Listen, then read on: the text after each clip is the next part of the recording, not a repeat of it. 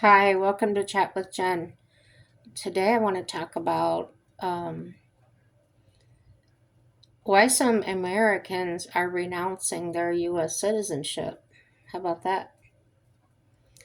Um, this is according to the Citizen Path and its immigration forms made simple. And this was written or printed December 12th of 24. Okay.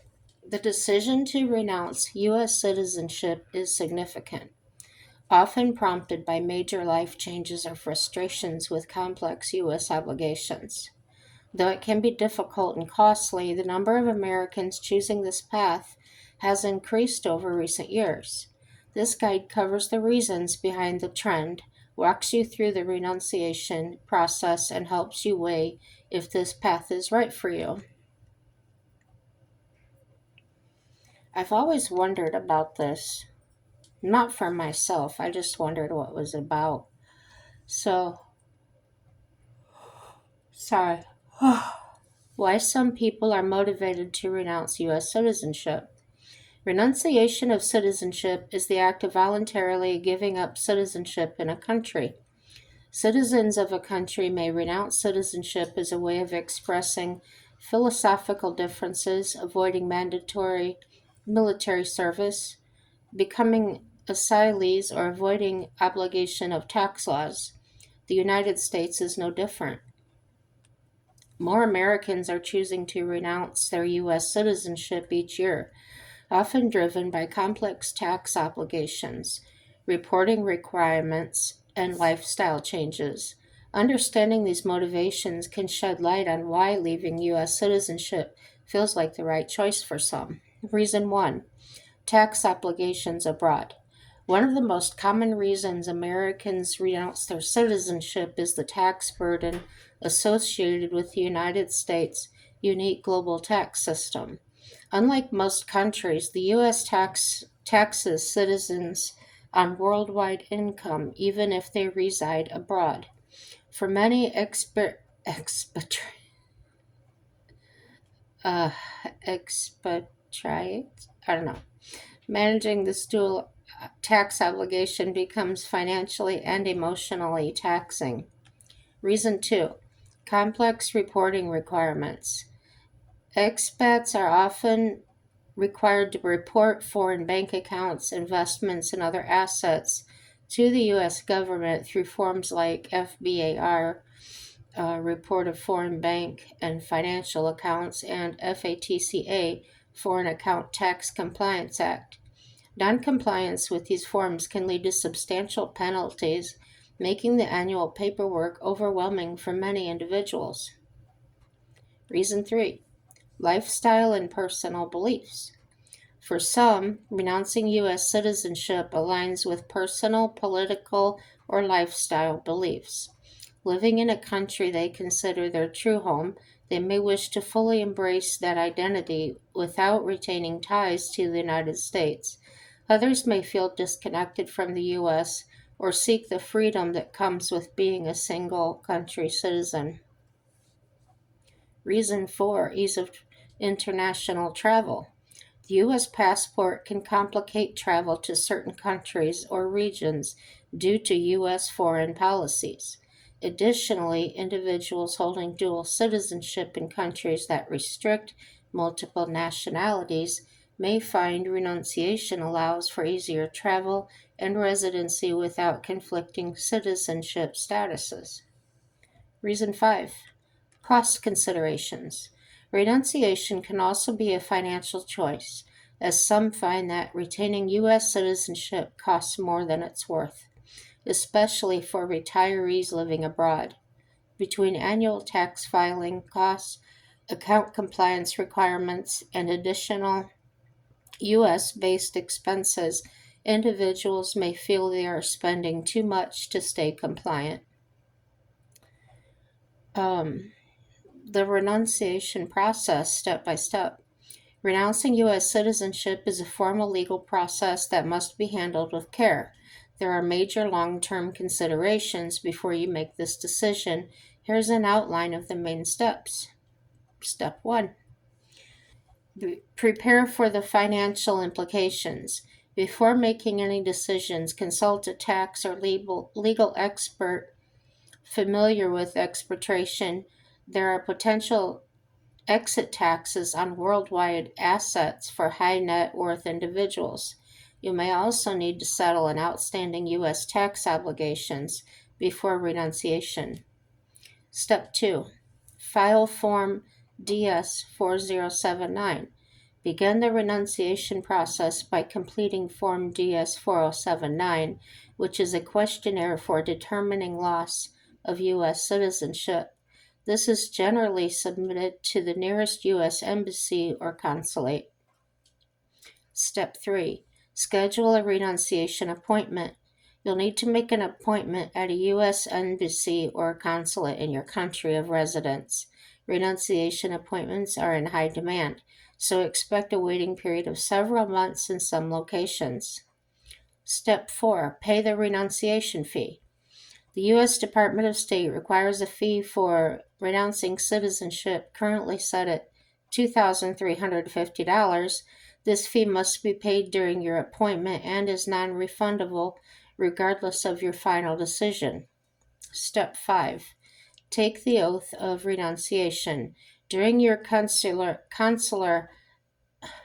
appointment, you'll need to take an oath of renunciation before a consular office. This step formally severs your citizenship ties to the United States, and the decision is generally considered final. Step 6. Receive your certificate of loss of nationality. After completing the process, you will receive a certificate of loss of nationality, a CLN, from the U.S. government.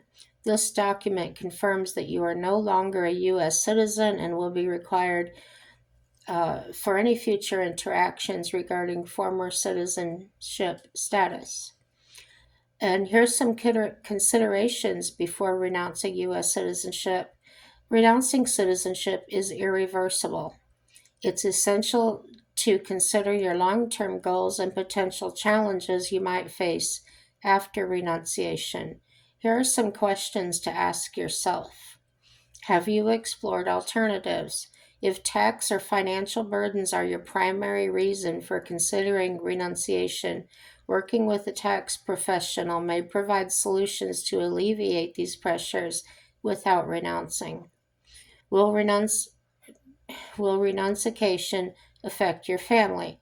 If you have family in the U.S., such as minor children, renunciation may impact your ability to reside in or visit the U.S. on flexible terms. What are the visa requirements for visiting the U.S.? Once you renounce, you will need a visa to visit the U.S., and your entry will be subject to standard immigration requirements. Before making the life-changing decision to renounce U.S. citizenship, consulting with an attorney is essential. They provide insights on legal, tax, and financial impacts, helping you make an informed and competent choice. There's famous Americans to renounce U.S. citizenship. Over the years, several prominent Americans have chosen to renounce U.S. citizenship, a decision often driven by personal, financial, or lifestyle factors, from legendary entertainers to influential entrepreneurs. These individuals have left behind their American citizenship to embrace life abroad. Their stories reflect the diverse motivations ranging from tax considerations to the pursuit of a different cultural identity. That can lead someone to make this significant and often emotional decision. Eduardo Saverin, a prominent Facebook co-founder, renounced his U.S. citizenship in 2011 and moved to Singapore. The Wall Street Journal estimates that the move saved Saverin an estimated $700 million in capital gains taxes. W.E.B. Du Bois was a noted writer, historian, and sociologist who co founded the NAACP. However, he grew increasingly radical throughout his life and eventually embraced the principles of communism. He renounced his U.S. citizenship and lived out his final years in Ghana. Terry Gilliam, a member of the Monty Python comedy troupe, is the group's only American born member. Gilliam spent several years as a dual citizen of the U.S. and England, but finally decided to renounce U.S. citizenship in 2006 as the estate tax loomed. Tina Turner, one of America's most legendary singers, became a Swiss citizen. Turner's romantic relationship eventually led the couple to settle in Switzerland. She naturalized in Switzerland and renounced her U.S. citizenship in 2013. Ted Arison immigrated to the U.S. from Israel to make millions. He co-founded Norwegian Cruise Lines and later founded Carnival Cruise Lines. Arison even owned the Miami Heat, but the crushing blow of taxes led him to renounce U.S. citizenship in 1990 and return to Israel. Queen Noor of Jordan was born as Lisa Halaby in Washington, D.C., but when she married King Hassan, she was forced to renounce her U.S. citizenship and become a Jordanian citizenship in 1978. Bobby Fischer was an American chess prodigy and grandmaster whom many consider to be the greatest chess player of all time. After becoming the 1972 World Chess Champion, Fischer fell in and out of trouble until he found asylum in Iceland as a citizenship in 2005. Barbara Hutton, as an American socialite and heiress to the Woolworth fortune, Hutton would marry 7 times, and 2 of those marriages resulted in citizenship changes. She became a Danish citizen for her second husband and Dominican citizenship for her 5th husband. Earl Tupper was the founder of Tupperware. Without much warning, he sold his company in 1958 for $16 million, renounced his U.S. citizenship, and purchased an island off the Costa Rica coastline. Yul Brynner was a Russian-born actor who held dual Swiss and U.S. citizenship. However, he lost his tax-exempt status by working too long and chose to renounce U.S. citizenship in 1965 to avoid being bankrupted by the taxes and penalties. Elizabeth Taylor, the Hollywood icon with 8 marriages to 7 husbands, tried to renounce her U.S. citizenship in 1965. Taylor couldn't bear to take an oath that she would abjure all allegiance and loyalty to the United States. The State Department turned down her request. Wow. Tina Turner? Oh, wow, I didn't know that. The U.S. government reporting of renunciation. The U.S. government publishes a list of Americans who renounce U.S. citizenship each quarter. The quarterly publication of individuals who have chosen to expiate as required by Section 6039G is a publication of the Internal Revenue Service in the Federal Register. It lists the names of certain individuals with respect to whom the IRS has received information regarding loss of citizenship during the most recent quarter. About Citizen Path. Citizen Path provides simple, affordable, step-by-step guidance through USCIS immigration applications. Individuals or attorneys and nonprofits use the service on desktop or mobile device to prepare immigration forms accurately, avoiding costly delays. Citizen Path allows users to try the service for free and provides a 100% money back guarantee that USCIS will approve the application or petition. And we provide support for the naturalization package, Form N400, Certificate of Citizenship package, Form N600, and several other immigration services. And it says if you want more immigration tips and how to inform your family, sign up for Citizens Path free Citizen Path's free immigration newsletter and save 10% on our immigration services. So, if that's something that interests you, yeah.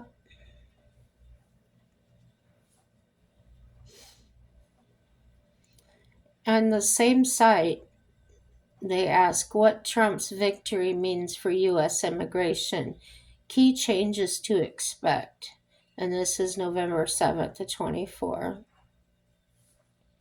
Now that Donald Trump has won a second term as U.S. president, many immigrants, their families, and individuals exploring the immigration process are wondering what changes may be in store. Immigration was a cornerstone of Trump's first administration, with significant changes to policies and processes affected millions. This post will guide you through what to expect from his new administration, covering possible shifts in family based immigration, asylum, DACA, and green card policies. If you're concerned about Trump's immigration policies, Citizen Path is here to help you understand the changes and provide tools to help immigrants achieve their goals. We will always be a nation of immigrants. And then they have a table of contents that lists what new immigrants can expect, family based immigration, employment based green cards, DACA and Dreamers, asylum and refugee policies, border security and enforcement, border wall, mass deportations, workplace raids, border patrol agents, and staying informed on Trump's immigration policies. So those are all, you can click on them and it'll take you to those, okay? What new immigrants can expect with Trump's immigration policies. The new Trump administration is expected to target specific aspects of the immigration system, likely with policies aimed at reducing immigration numbers and tightening controls on entry. Here's what you should know about the potential shifts that could impact families and individuals in the U.S. immigration process. Family based immigration may become more difficult. Family based immigration may come under increased scrutiny as it did during Trump's first term. The former administration made attempts to limit family based sponsorships, which allow U.S. citizens and permanent residents to petition for close relatives to join them in the United States. During his campaign, Trump emphasized a preference for merit based immigration over family based sponsorship.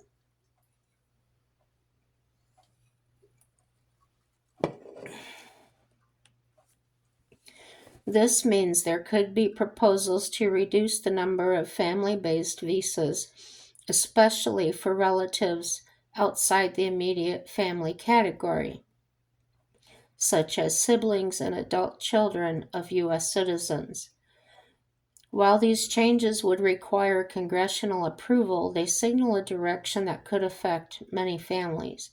On the other hand, tightening the requirements related to the public charge rule could be implemented again through executive action. If you are considering sponsoring a relative through the family based immigration process, now may be a good time to start the process. And of course, this was last year. By filing a petition soon, you may reduce the risk of being affected by President Trump's immigration policies. So this has been here, and I'm sure there's other places to go that people maybe should have been looking into before this happened. It could have prevented a lot of heartache and trouble for themselves. Employment-based green card eligibility could shift. While family-based immigration has been a primary focus, employment-based immigration might see a different approach. Trump has long advocated for a merit-based system, which could prioritize certain skills, education, or job offers over family ties. This could mean a reduction in family-based visa quotas and an increase in employment-based visas for individuals with specialized skills. My impression of what he's doing is along those lines. It's not like he wants to keep everybody out. He just wants to reduce he doesn't want people to come in that don't have any plans to work and are going to try and draw off our benefits, our SNAP, our Social Security income, or whatever they think they're going to get.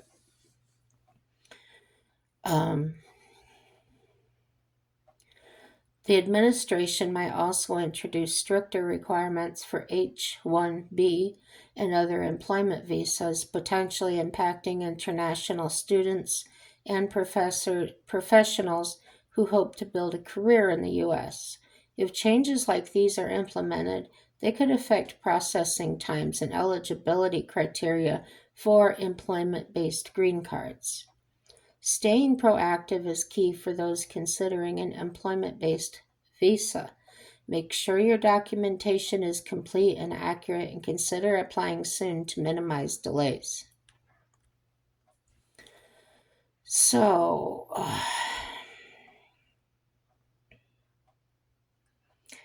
these people holding the higher positions in our country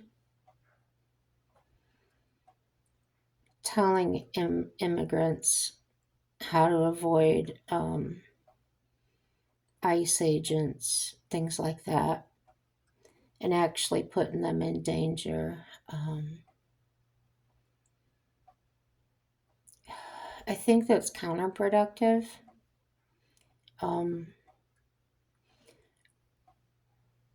We like immigrants to come in. We just want them to do it legally. For instance, I checked into going to live in Canada. Okay, I would be an immigrant. Their requirements are you must already have a source of income. So, in other words, you need a job and you need a way to provide for yourself. In other words, you need to have a shelter, something lined up. So you can't just go over there and not have any money or any plan. So I don't know what it is to get here. If they have any stipulations like that. I'm not going to read this whole thing because there's just a lot to it. But if it interests you, and it does look interesting if you're wanting to learn more about the immigration. Again, it's called Citizen Path. It's all together, but the C and the P are capitalized. And underneath that it says Immigration Forms Made Simple. And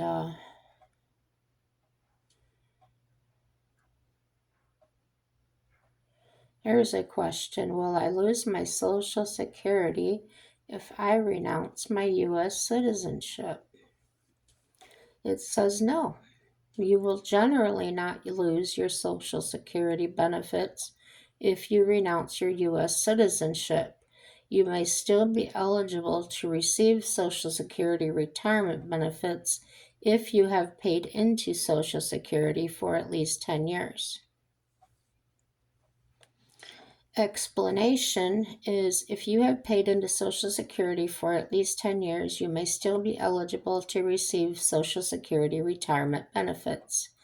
The Social Security Administration may not be able to pay benefits to non citizens who have been outside the U.S. for more than 6 months. However, you may qualify for an exemption that allows you to receive benefits without visiting the U.S. It does sound a lot more complicated. Renouncing U.S. citizenship is a complex process that involves filing paperwork, paying a fee, and taking an oath in front of the U.S. consular office. You may also have to pay additional taxes depending on your tax status. And there's other consequences. Renouncing U.S. citizenship also means you will no longer be able to vote in U.S. elections, hold a U.S. passport, or receive U.S. consular services. You will also lose the right to work or live in the U.S. without a visa. So now your life would really change.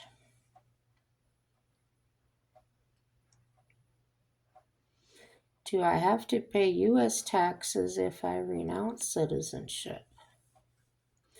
Once you renounce your U.S. citizenship, you will no longer be taxed as a U.S. citizen.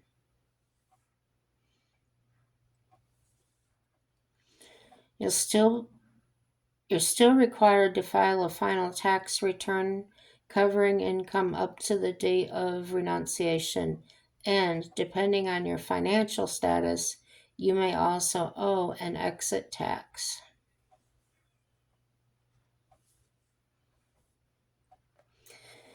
Is it hard to get U.S. citizenship back after renouncing? As a practical matter, seeking reinstatement of citizenship through a lawsuit is expensive and procedurally difficult, in part because of the costs of federal litigation, confusing rules regarding the proper court in which to bring such a lawsuit, and a 5-year statute of limitations.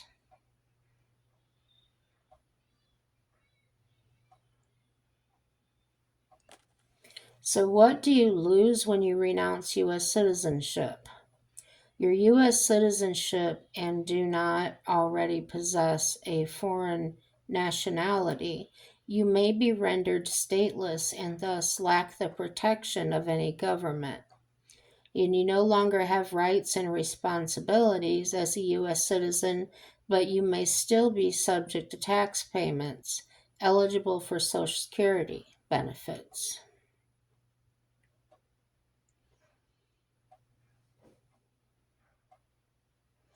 Can you live in the U.S. after renouncing citizenship? The largest effect of renouncing U.S. citizenship is that you would no longer be able to remain in the U.S. for as long as you want to. As a U.S. citizen, you're allowed to come and go as you please, but someone who is not a U.S. citizen or green card holder must first obtain permission to cross the border legally.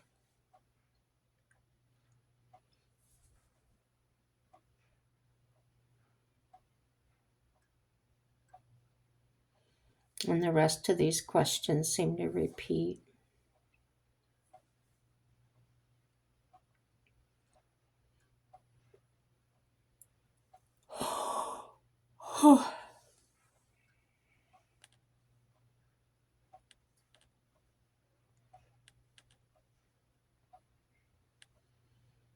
That's a lot. I didn't know there was so many people doing that.